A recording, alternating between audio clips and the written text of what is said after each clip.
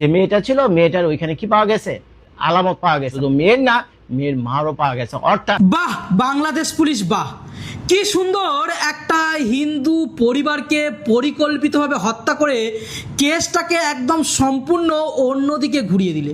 বাংলাদেশে জিহাদিরা হিন্দু নিধন করছে, আবার বাংলাদেশ সরকার কি করছে, হিন্দুদেরই ধরে ধরে গ্রেপ্তার করছে। মানে সব বারাটিয়ে আছে, তো বারাটিয়ে কি একজনও বারোই এই জন্য এটা পরিকল্পনা, একদম মানে পরিকল্পনা করে করছে। বাংলাদেশে একটা শিক্ষকের পরিবার এক রাতের মধ্যে পুরো শেষ হয়ে গেল। এই শিক্ষকের নাম হচ্ছে গণপতি চক্রবর্তী। এই যে তার স্ত্রী, তার একমাত্র কন্যা আর একমাত্র পুত্র। আসসালামু আলাইকুম দর্শক শ্রোতা, স্বাগতম জানাই আপনাদেরকে দৃষ্টিপথে নতুন আরেকটি ভিডিওতে। দর্শক শ্রোতা, রংপুরে একই পরিবারের 4 জন হত্যায় এখন উঠে আসছে নতুন তথ্য। আজকে আমি আপনাদের প্রমাণ সহকারে দেখাবো, তাই বলছি পুরো ভিডিওটি না টেনে শেষ পর্যন্ত দেখতে থাকুন, তাহলেই সবকিছু বুঝতে পারবেন ইনশাআল্লাহ। তো কথার বারবার না, ভিডিওতে চলে যাব তার আগে আপনার কাছে ছোট্ট একটি রিকোয়েস্ট, আপনি যদি আমার চ্যানেলের নতুন দর্শক হয়ে থাকেন তাহলে অবশ্যই চ্যানেলটি সাবস্ক্রাইব করে পাশে থাকা বেল আইকনটি বাজিয়ে দিতে ভুলবেন না। আর যারা অলরেডি সাবস্ক্রাইব করেছেন তাদেরকে জানাই অসংখ্য ধন্যবাদ। তো দর্শক শ্রোতা, চলুন ভিডিওটি শুরু করা যাক। দর্শক শ্রোতা, আমরা সবাই অবগত আছি যে রংপুরে ঘটে গেছে এক মর্মান্তিক হৃদয় বিদারক ঘটনা, যেখানে একই পরিবারের 4 জনকে নৃশংসভাবে হত্যা করা হয়েছে। তো এই হত্যা নিয়ে এখন উঠে আসছে নতুন তথ্য, আজকে আমি আপনাদের প্রমাণ সহকারে দেখাবো। তো চলুন শুরুতেই আমরা এই বিষয় কেন্দ্র করে একটি ভিডিও ফুটেজ দেখে আসি, তারপরে আপনাদের মূল ভিডিওটি প্রমাণ সহকারে দেখাবো। দেশ অবস্থা খুবই খারাপ হয়ে গেছে। এটা বসবাসের অযোগ্য একটা দেশ, যেখানে না আছে আইন, না আছে ন্যায় বিচার, না আছে কোনো কিছু। একটা মানুষ বছর বছর কষ্ট করে, বছর বছর সারা জীবন লাগায় একটা বাড়ি করতে, সারা জীবন লাগায় একটা বাড়ি করতে লেগে, এখন যে ব্যক্তি মারা গেছে বুঝছেন, সে তো তারা সারা জীবনের অর্থ সম্পদ সবকিছু দিয়ে 2 তলা 3 তলা একটা বাড়ি করছে, চিন্তা করতে পারেন। আর পাড়ার কিছু মাস্তান বুঝছেন, পাড়ার কিছু মাস্তান, এলাকার কিছু গুন্ডা পান্ডা নিজের একটা নেটওয়ার্কিং করে খুব ফাওয়ের উপরে একটা লোকের 50 বছরের শ্রম দিয়ে গড়া একটা বাড়ি মুহূর্তের ভিতরে আপনারা এইভাবে নিয়ে নেন, বংশশুদ্ধ শেষ করে দেন। না আছে কোনো আইন, না আছে কোনো বিচার। রংপুরে যে ঘটনা ঘটেছে, আমি তো বলবো যে স্বয়ং আল্লাহর যদি আসর, আল্লাহ যদি কিছু একটা থেকে থাকে উপরে, আমরা মুসলমানরা তো বিশ্বাস করি, অনেকে বিশ্বাস করে না। আল্লাহর আসর যদি ওই 7 আসমানের কোন এক জায়গায় থেকে থাকে, আল্লাহর আসর শুদ্ধ কেঁপে উঠেছে রংপুরের এই ঘটনা, এটা হতেই পারে না বুঝছেন, এটা মেনে নেওয়া যায় না। তো যাই হোক, এর ভিতরে আরেকটা ঘটনা ঘটছে, সেটা হলো রংপুর মেডিকেল কলেজে, যেখানে কিনা তাদের ওই মা এবং মেয়ে এবং সেই শিক্ষক প্লাস তার যে 9 বছরের শিশু, প্রত্যেককে যেখানে মর্গেজে রাখা হয়েছিল বুঝছেন। আপনারা তো জানেন, মর্গেজে রাখার পরপরই বা মর্গেজে রাখার কিছু আগে পরে একটা পোস্টমর্টেম বলে একটা জিনিস আছে, অর্থাৎ কিভাবে, কেন, কি কারণে এই পুরো ঘটনা ঘটছে এবং এই হত্যাকাণ্ড ঘটছে, সেটার কি সায়েন্টিফিক একটা জাজ হয় বুঝছেন, সায়েন্টিফিক একটা টেস্ট হয়, যেটাকে আমরা বলি কি ফরেনসিক। তো ফরেনসিক একটা টেস্ট আছে, সেই ফরেনসিক টেস্টের জন্য যখন রংপুর মেডিকেল কলেজে পাঠানো হয়েছে, আপনারা জানেন এগুলো তত্ত্বাবধানে থাকে কারা, যে কিনা মর্গের লোক কাজ করে, যাদেরকে আমরা বাংলা ভাষায় বলি ডোম। এখন মজার ব্যাপার হলো 71 টিভি একটা ঘটনা ঘটে দিয়েছে এর ভিতরে, বাংলাদেশের 71 টিভি ভাই, আপনাদেরকে অনেক অনেক ধন্যবাদ আপনাদের সত্যনিষ্ঠ সাংবাদিকতার জন্য। আপনারা যে মানে এরকম একটা ভিডিও মানে করবেন এবং আমরা এটা দেখবো 24 ঘন্টার ভিতরে, আমি আমার নিজেকে বিশ্বাস করতে পারছি না। আমি তো মনে করছিলাম বাংলাদেশের সব সাংবাদিক বিকে গেছে বুঝছেন, সত্যের পক্ষে কথা বলার জন্য কেউ নাই, সত্যের জন্য, বিচারের জন্য প্রতিবাদ করার মতো বাংলাদেশে কোনো সাংবাদিকের মানে কারো সেই অবস্থা নাই। কিন্তু এই 71 টিভির এই ভিডিওটা দেখার পর, 1 মিনিটের একটা ভিডিও দেখার পর আমি ভাই থ্যাংক ইউ ভাই, থ্যাংক ইউ, ভালো কাজে প্রশংসা করতে হয়। তারা কি করছে, চামের উপরে গিয়া ঢাকা মেডিকেল কলেজে ডেস্ক রাখা হয়েছে, সেখানে মর্গের যে ব্যক্তি ছিল, কপিরাইটের কারণে সেই ভিডিও আমি দিতে পারলাম না, কিন্তু আমার ভিডিওর লিঙ্কে সেই 71 টিভি লিঙ্কটা আমরা দিয়ে দিব, আমি দিয়ে দিব না, যদি সম্ভব হয় তো আপনারা গিয়ে সেখানে দিয়েছেন, দেখেছেন, প্লাস ইউটিউব ফেসবুকে এই ভিডিও এখন 6 লাখ। তো সেখানে মর্গে জিজ্ঞেস করছিল যে ভাই কি দেখলেন, ভাই কি দেখলে, কি অবস্থা। প্রথম তো আইসা সরাসরি ক্যামেরার সামনে বলতেছে, গোপন ক্যামেরা ধারণ করা, কারণ সরাসরি ক্যামেরা দিলে এই লোক হয়তো বলতো না। সে সরাসরি এসে বলতেছে যে মেয়েটা ছিল, মেয়েটার ওইখানে কি পাওয়া গেছে, আলামত পাওয়া গেছে। মানে কি, সেই ধরনের স্পাম, সিমেন্ট যাই বলে না কেন, যে ভাষায় বলে না কেন, সিমেন্ট স্পাম সবই ওখানে পাওয়া গেছে বুঝছেন। শুধু মেয়ের না, মেয়ের মারও পাওয়া গেছে। অর্থাৎ তাদেরকে মারার আগে তাদের সাথে, এখন আপনাদের কাছে কি মনে হয়, স্নিগ্ধ আরেকটা ছেলে, যে 2টা বাচ্চা ছেলে দেখলাম ঠিক মতো দাড়ি মোছা ওঠেনি, স্বর্ণের দোকানে কাজ করে, বয়স সর্বোচ্চ 20-22 বছর বয়স হবে, বুঝছেন? এরা দুজন মিলে এতগুলি ঘটনা ঘটেছে, এটা আপনাদের বিশ্বাস হয়? উত্তর হইল না। তো যাই হোক, এখন এই ঘটনার পুরাই ইউটার্ন নিয়ে নিছে, বুঝছেন? পুরাই টুইস্ট খেয়ে গেছে, ঘটনা পুরাই টুইস্ট খেয়ে গেছে। এটা পুলিশ কিভাবে সামলাবে আমি জানি না, সেই ডোমকে কিভাবে তারা কি করবে। ময়না তদন্তের যে রিপোর্ট এখনো যদিও আসেনি, কিন্তু আমার মনে হয় না ময়না তদন্তের রিপোর্ট ঘটনাটা দেখতে পাবেন, কিন্তু এই ভিডিওটা ফেসবুক ইউটিউবে রয়ে গেল। তো এখন সরকারের প্রতি আমার একটাই প্রশ্ন, ভাই আপনারা কেমনে কি, ভাই কেমনে কি, কয় টাকা খাইছেন, কয় টাকা পাইবেন? এই পরিবারটাকে মেরে আপনাদের কি লাভ হয়েছে? কয় টাকা পাইবেন বলেন তো? ধরলাম বাড়ির ভ্যালু 10 কোটি টাকা, আর সে যে প্রভিডেন্ট ফান্ডের টাকা পাইছে তার স্কুল জীবনে চাকরি কইরা, সেখান থেকে পাইছে আর 15 লাখ টাকা। যদি এই আপনাদের সমস্যা হয়ে থাকে, যেভাবে এটাকে ধামাচাপা দেওয়ার চেষ্টা করতেছে, 24 ঘন্টার ভিতরে আসামি আইনা মাইরা পিটে 164 দ্বারা দিয়া আসামি দিয়া স্বীকারোক্তিও করাইছে, যেটা কোনোটার সাথে কোনোটার মিল নাই, বুঝছেন? কোনোটার সাথে কোনো মিল নাই। এটা যদি একটা ঘোড়ার কানেও বলে না, ঘোড়াও হো হো করে আসবে, বুঝছেন? ঘোড়ার কানে যদি বলে না, ঘোড়াও হো হো করে আসবে। তো এই জন্য আমি বলতেছি, ভাই আপনারা পুলিশ ভাইরা যারা রয়েছেন, যারা তদন্ত করতেছেন, বা যারা জেলা প্রশাসক হিসেবে রয়েছেন, বা স্থানীয় লোকজন, আপনাদের যদি এত টাকা পয়সার দরকারি হয়ে থাকতো, এত টাকা পয়সার দরকারি হয়, ভাই আপনি একটুখানি বলতেন, মুখ খুলতেন আমাদের কাছে যে ভাই এই 4 জনকে আমরা টার্গেট করছি, এই 4 জনকে আমরা টার্গেট করছি, এই করুন, তাহলে ওই 10 কোটি টাকার বাড়ি আছে, প্লাস 15 লাখ টাকার ফান্ড আছে, এগুলো আমাদের দরকার। ভাই আমরা তো এই কাহিনী করতেছি, তোমরা কি ভাই? আমরা যারা ইউটিউবার আছি, বুঝছেন, আমরা যারা ইউটিউবার আছি, আর ভারতের পশ্চিমবঙ্গে যে 20-22 কোটি মানুষ আছে, ভারতের পশ্চিমবঙ্গে, বাংলাদেশের কথা নাই বললাম, ভারতে যে পশ্চিমবঙ্গে 20-22 কোটি মানুষ আছে, আমরা সবাই মিলে 15 কোটি না ভাই, দরকার আপনি 15 কোটির জায়গায় 30 কোটি দিতাম, আর ওই প্রভিডেন্ট ফান্ডের 15 লাখ টাকার জায়গায় আরো 30 লাখ টাকা দিতাম, বুঝছেন? তারপরে ভাই এদেরকে মারতে নিষেধ করতাম, বুঝছেন? মানুষের জীবনের মূল্য কোনোদিন পয়সা দিয়ে বা কোনো কিছু দিয়ে মূল্যায়ন করা যায় না। তো এখন চিন্তা করে দেখেন, এই 4টা মানুষের জীবনের যদি একটা পাল্লার মধ্যে রাখেন, আর সারা বাংলাদেশের ভ্যালুকে যদি আপনি একটা জায়গায়, বাংলাদেশকে আরেক জায়গায় রাখেন, তারপর আমি বলবো যে এই 4 জন মানুষের জীবনের যে মূল্য, তারপর দেখবেন তার পাল্লা ভারী হয়ে যাবে। এই ভিডিওটা শেষ করার আগে অনুরোধ করবো আপনাদেরকে, যারা আপনারা তদন্ত করতেছেন, ভাই পয়সার কাছে বিক্রি হয়ে যায় না। 2 দিন পরে তো আপনারা মরবেন ভাই। ভগবান সৃষ্টিকর্তা আল্লাহ কিছু তো একটা বিশ্বাস করেন, এবং কোনো দিন তো সেইখানে আপনাদের জবাবদিহি করতে হবে। এই দুনিয়ায় কারো কাছে আপনাদের জবাব না দিতে হলে পরকালে আপনাদের তো কারো কাছে জবাব দিতে হবে। অন্তত তার উপর রহম খেয়া এই যে ঘটনা ঘটছে, সুষ্ঠু একটা তদন্ত করেন।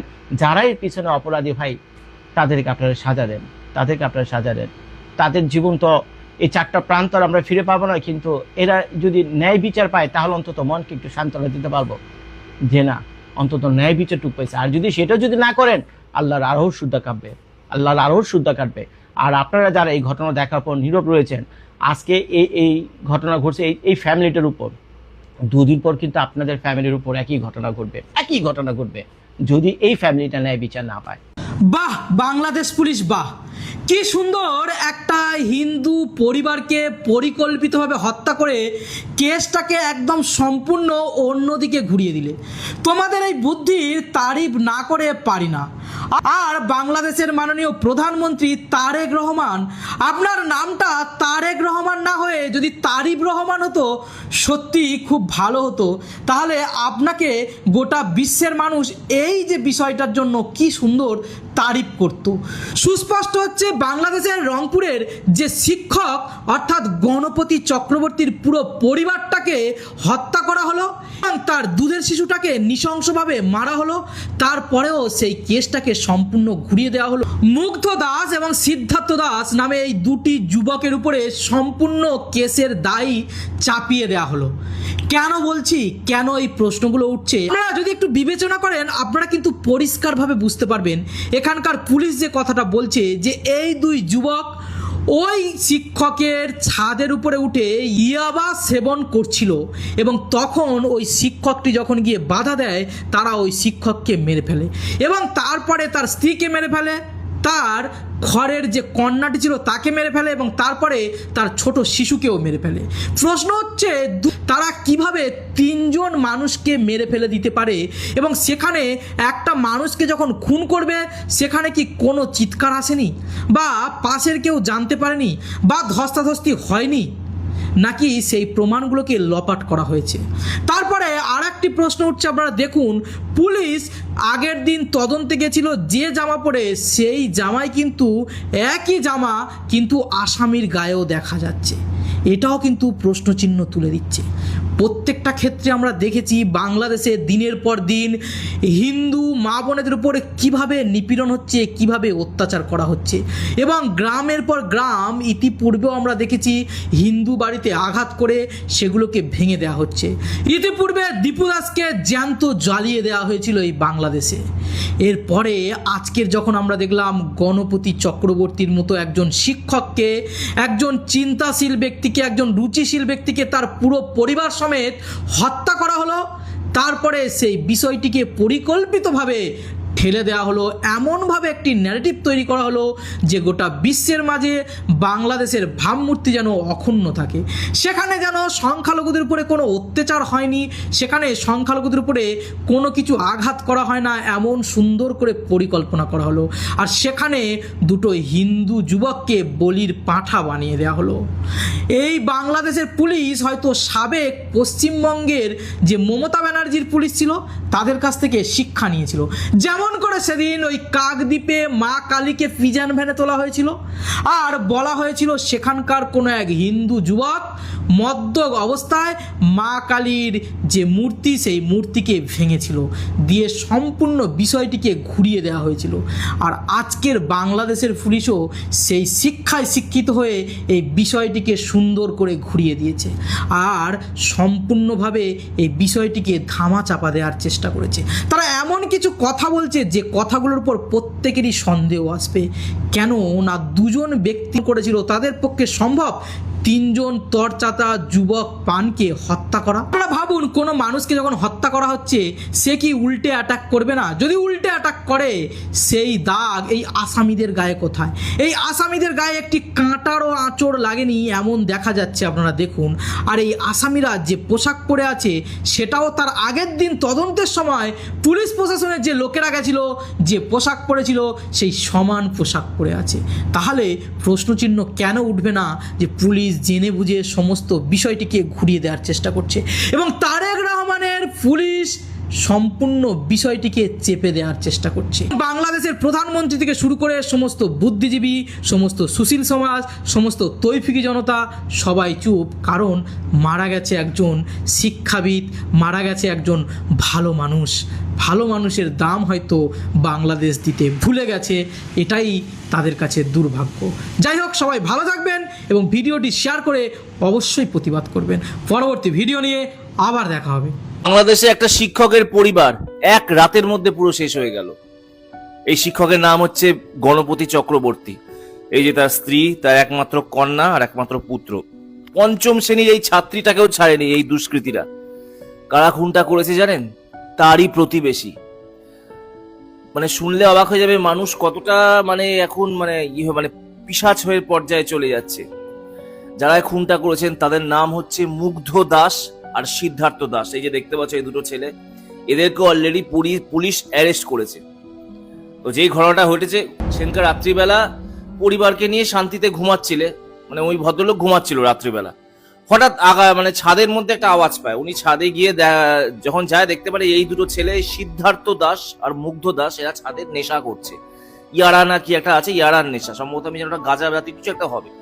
তো ওইটা দেখে এই শিক্ষক রীতিমতো চিৎকার চেঁচামেচি করে, কারণ কারোর বাড়ির ছাদ, আপনার বাড়ির ছাদে যদি কেউ এসে নেশা করে আপনি তো প্রতিবাদ করবেন। উনি প্রতিবাদ করেছেন। সেই প্রতিবাদের জন্য সেই 65 বছর বয়সী শিক্ষককে ওখানেই হত্যা করে ছাদের মধ্যে। তারপর নিচে এসে তার স্ত্রী, কন্যা, তাদের গলার শ্বাসরোধ করে ওখানেই তাদের জীবন শেষ করে। এমনকি ক্লাস 5-এ পড়ে সেই 10 বছরের ছেলেটাকেও ছাড়েন। ওখানে একটা পুলিশ কি বলছে সেটা শুনে নিন। ছোট ছেলেটাকে মারার কারণ হলো সিদ্ধার্থের একটা ছোট ভাই আছে অপূর্ব।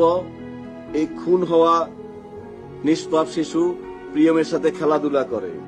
শুনলেন, যেই ক্লাস 5-এর ছেলেটাকে হত্যা করেছে, যে হত্যাকারী, তার ভাইয়ের সাথে এই ছেলেটি একসাথে খেলা করতো। তাই একে সেই আগে শেষ করে দিয়েছে, যাতে এ কোনো বাইরে কিছু না বলে দেয়। আরেকটা কথা, এই ঘটনা নিয়ে অনেক হিন্দু মুসলমান উল্টো পাল্টা অনেক ফেক নিউজ সোশ্যাল মিডিয়া ছড়ানো হচ্ছে। এগুলো কোনো ওসব কিছু না। দুটো প্রতিবেশীর মধ্যে ঘটনা, এখানে কোনো বাইরে অন্য কোনো, দুজনেই হিন্দু যেটা জানা গেছে। আপনারা ফ্যাক্ট চেক করে দেখে নিতে পারেন। আমি নিচে সমগ্র লিঙ্ক আপনাদের দিয়ে দিচ্ছি নিউজের। তবে যেই হোক, হিন্দু হোক মুসলমান হোক যেই হোক, যে এই ঘটনাটা করেছে তাদের কঠোর শাস্তি হোক। উৎসব দাস আর মুগ্ধ দাসের কঠোর শাস্তি, এবং তার বাবা দেখতে পাচ্ছে, যেটা হচ্ছে উৎসব দাসের বাবা, সেও তার ছেলের শাস্তি চেয়েছে। কিছু বলার নেই, মানুষ দিন দিন অমানুষ হয়ে যাচ্ছে। ভিডিওটা শেয়ার করে দেবেন। না, শিক্ষকের পরিবারের জন্য ভীষণ খারাপ লাগছে। বহুদিন পরে 2004 সালে 21শে আগস্টের কথা মনে উঠছে। 21শে আগস্টে যখন শেখ হাসিনার উপরে হামলা চলে, তখন দুদিগরি এই সরকারের প্রশাসনে জজ মিয়া নামের একটা নিরীহ ফানিরে ধরল। ধরবার পরে যায় তার রিমান্ড দিবার পরে যায়, তো শেখ হাসিনার সরকার ক্ষমতা আইছে, আর এর পরেরটা তো ইতিহাস। তো এখন রংপুরে যে ঘটনাটা ঘটছে সেম কাহিনী হয়ে গেছে ভাই। বিশ্বাস করেন, এটা একটা হাস্যকর বিষয়। একই পরিবারের 7 জনকে হত্যা করবার লাই ওই লোক আইছে। এটা পরিবার পরে যায় ওই যে পুরুষ মানে আপনি যে রে প্রথম খুন করছে, তো এর সিলে শুনি অন্য কোনো ফ্ল্যাটের মানুষে শুনে নাই, শুধু খালি তার পরিবারে শুনছে। পরে দেহের বউ বার হয়েছে, তাকে মারছে।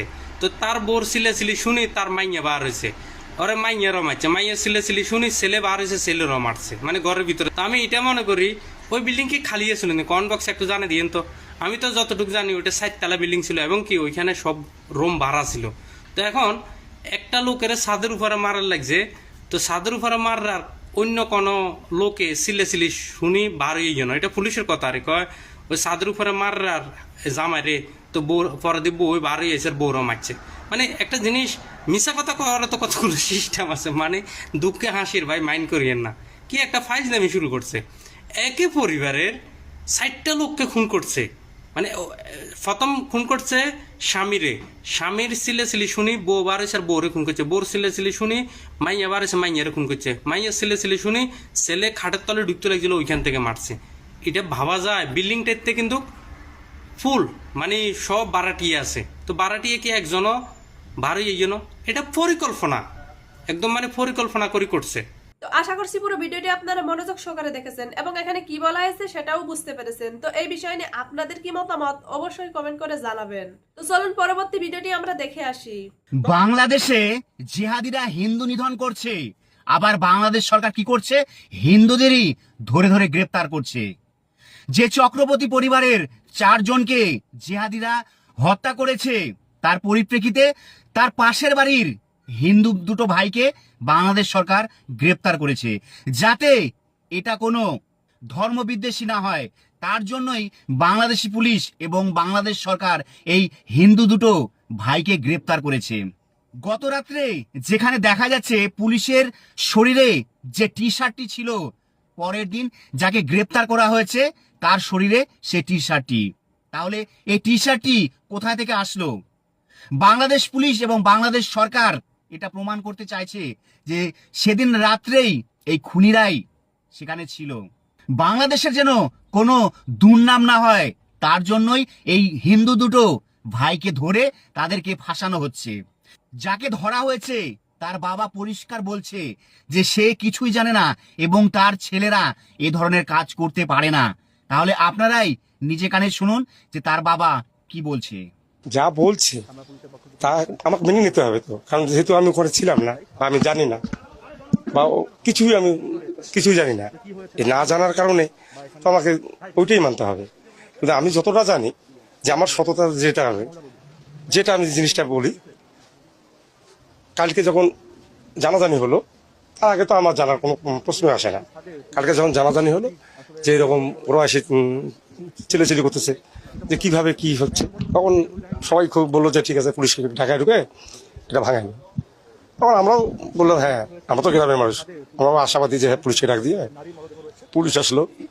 প্রায় দীর্ঘ শুনলেন তো এই গ্রেপ্তার হওয়া ভাইটির বাবা কি বলল? একদম পুরো পরিকল্পিতভাবে বাংলাদেশ পুলিশ এবং বাংলাদেশ সরকার এই হিন্দু 2 ভাইকে ফাঁসিয়েছে। অভিনয় করতে করতে তুমি আমি দুজনেই ক্লান্ত, আজ ভালোবেসে ভোরের নদীর মতো হয়ে যাব শান্ত। সরি টু সে, আমাদের দেশে ম্যাক্সিমাম হিন্দু সম্প্রদায়ের ভাই বোনেরা অভিনয় করে বাঁচেন বাংলাদেশের সাথে। আসলে মনে প্রাণে আপনারা বাংলাদেশকে ভালোবাসেন না। আমি সবার কথা কিন্তু বলি নাই, একটা সার্কেল যারা এই দেশে খায়, এই দেশে হাগে, কিন্তু গুণগান করে ইন্ডিয়ার। এবং এই যে 4 খুনের ঘটনায় তারা কোনো না কোনোভাবে মুসলমানের উপরে দায় চাপানোর জন্য উঠে পড়ে লাগছিল পুরো সোশ্যাল মিডিয়ায়, পোস্ট, এইটা সেইটা, আন্দোলন, কত কি ভাই। অথচ এই 4 খুন রংপুরের, ইনি একজন হিন্দু টিচার, হিসাব বিজ্ঞানের, উনি রিটায়ার্ড করেছেন। ওনার 12 বছরের একটা শিশু সন্তান আছে, একটা কন্যা সন্তান আছে, ওনার ওয়াইফ। এরা সাদে 2টা হিন্দু ছেলে, একটা হলো সিদ্ধার্থ আর একটা হলো গিয়ে স্নিগ্ধ না কি জানি এরকম নাম। তো এরা মিলে মাদক এটা দেখে ফেলায়, এটা নিয়ে তারা প্রতিহত করে ওখানে, বা এটার জন্য তারা ওখানে ওদেরকে বকাঝকাও করে। যাই হোক, এটার কারণে দেখে ফেলছে, তাই এই শিক্ষককে নির্মমভাবে হত্যা করছে, সিঁড়িতে ফেলাই রাখছে ছাদের উপর। বাচ্চা ছেলেটাকেও মেরে ফেলছে, সে দেখছে। এই জন্য পরে ধরা পড়লো যে যারা মারছে তারাও হিন্দু। তো কি হইলো? এত অভিনয়ের কি দরকার আপনাদের বাংলাদেশের এই মুসলমানদের সাথে? শুনেন, হিন্দু, মুসলিম, খ্রিস্টান, বৌদ্ধ, ডাজন্ট ম্যাটার। আমরা মানুষ, সবার আগে মানুষকে মানুষ হিসেবে গুরুত্ব দেন। কে খুন করছে সেটা বাইর করেন। আপনারা মুসলমানদের পিছনে এত লাগছেন কেন? হ্যাঁ, অভিনয় করে থাকেন বাংলাদেশের মানুষের সাথে। আমি সবার আগে বলবো, আমার বাসায় যে মহিলা কাজ করে উনি হিন্দু, বুঝে নিবেন। আমার লাইফে যে সব থেকে বেস্ট ট্রাভেল পার্টনার, ওর নাম প্রিয়াঙ্কা, ও হিন্দু। ওর সাথে আমার আন্ডারস্ট্যান্ডিং খুব বেটার। এবং আমার লাইফে বেস্ট ফ্রেন্ড যদি বলেন, হ্যাঁ সেটা ঠিক আছে, আমার লাইফে একটা বেস্ট ফ্রেন্ড আছে, ওর নাম মনিরা। কিন্তু এরপর যদি হিন্দু কোনো ফ্রেন্ডের কথা বলেন, ওর নাম সোমা। এবং ও দুবাইতে থাকে। আমার যখন হাত ভেঙে যায়, আমার নিজের অনেক কাছের লোক আমাকে দেখতে আসে নাই, সোমার মাকে সহ আমার বাসায় আমাকে দেখতে আসছে। তাহলে আমাদের সম্পর্কটা কোথায়? কখনো কোনো সম্পর্ক, মানবতা, এগুলো ধর্ম দিয়ে হয় না, কিন্তু ধর্মটাকে আপনারা সবার আগে টেনে নিয়ে আসেন। আর আপনাদেরকে আমাদের মুসলিম ভাইয়েরাই পাহারা দিয়ে রাখে। অনেক জায়গায় আছে এরকম ঘটনা। দেখেন, মানুষকে মানুষ হিসেবে ট্রিট করেন। হিন্দু, মুসলিম, খ্রিস্টান, বৌদ্ধ, এগুলো আপনারা বলেন বলে আমাদেরকে এখন এগুলো নিয়ে প্রতিবাদ জানাইতে হয়, কারণ আপনারা মুসলমানের উপরে দায় চাপাইতে চান সবকিছুর। অথচ কি প্রমাণিত হইলো শেষ পর্যন্ত? এই যে 2টা ছেলে, এরাও হিন্দুই কিন্তু হিন্দুকে মারলো। আপনারা দোষ চাপাচ্ছেন বাংলাদেশের উপরে। আপনারাই হলেন এই দেশের শত্রু, কারণ আপনারা বাংলাদেশের খান, বাংলাদেশে হাগেন, আর জয়গান হলো গিয়ে ওই ইন্ডিয়ার, হিন্দুস্তানের। এবং আপনাদের মতো মানুষদের হলো গিয়ে 2 দেশেরই নাগরিকত্ব আছে। আপনাদের এত অভিনয় করে এই বাংলাদেশে থাকার তো দরকার নেই। আপনারা যান না, আপনারা পার হয়ে বর্ডার ক্রস করে চলে যান। এই দেশে কি আপনাদের? আপনারাই দাঙ্গা লাগানোর সৃষ্টি করেন, অলওয়েজ দাঙ্গা লাগান। বহুত হিন্দু ভাই বোনেরা আছে, যেমন আমার এলাকায় আছে এরকম হিন্দু ভাই বোনেরা, যারা দেশকে ভালোবাসে, যারা দেশের পক্ষে। কিন্তু আপনারা যারা দেশের বিপক্ষে, আপনাদেরকে জাস্ট সি এবং দি। আপনারা এই দেশ ছেড়ে চলে যান। এই দেশে খায় খালি মোটা হইতেছেন এই দেশেরটা। আর যেহেতু মোটা হইতেছেন, আশা করছি এই ভিডিওটি আপনারা পুরো মনোযোগ সহকারে দেখেছেন এবং এখানে কি বলা হয়েছে সেটাও বুঝতে পেরেছেন। তো এই বিষয় নিয়ে আপনাদের কি মতামত অবশ্যই কমেন্ট করে জানাবেন। তো ভিডিওটি এই পর্যন্তই, দেখা হচ্ছে পরবর্তী ভিডিওতে। সেই পর্যন্ত সবাই ভালো থাকবেন, সুস্থ থাকবেন। আল্লাহ হাফেজ।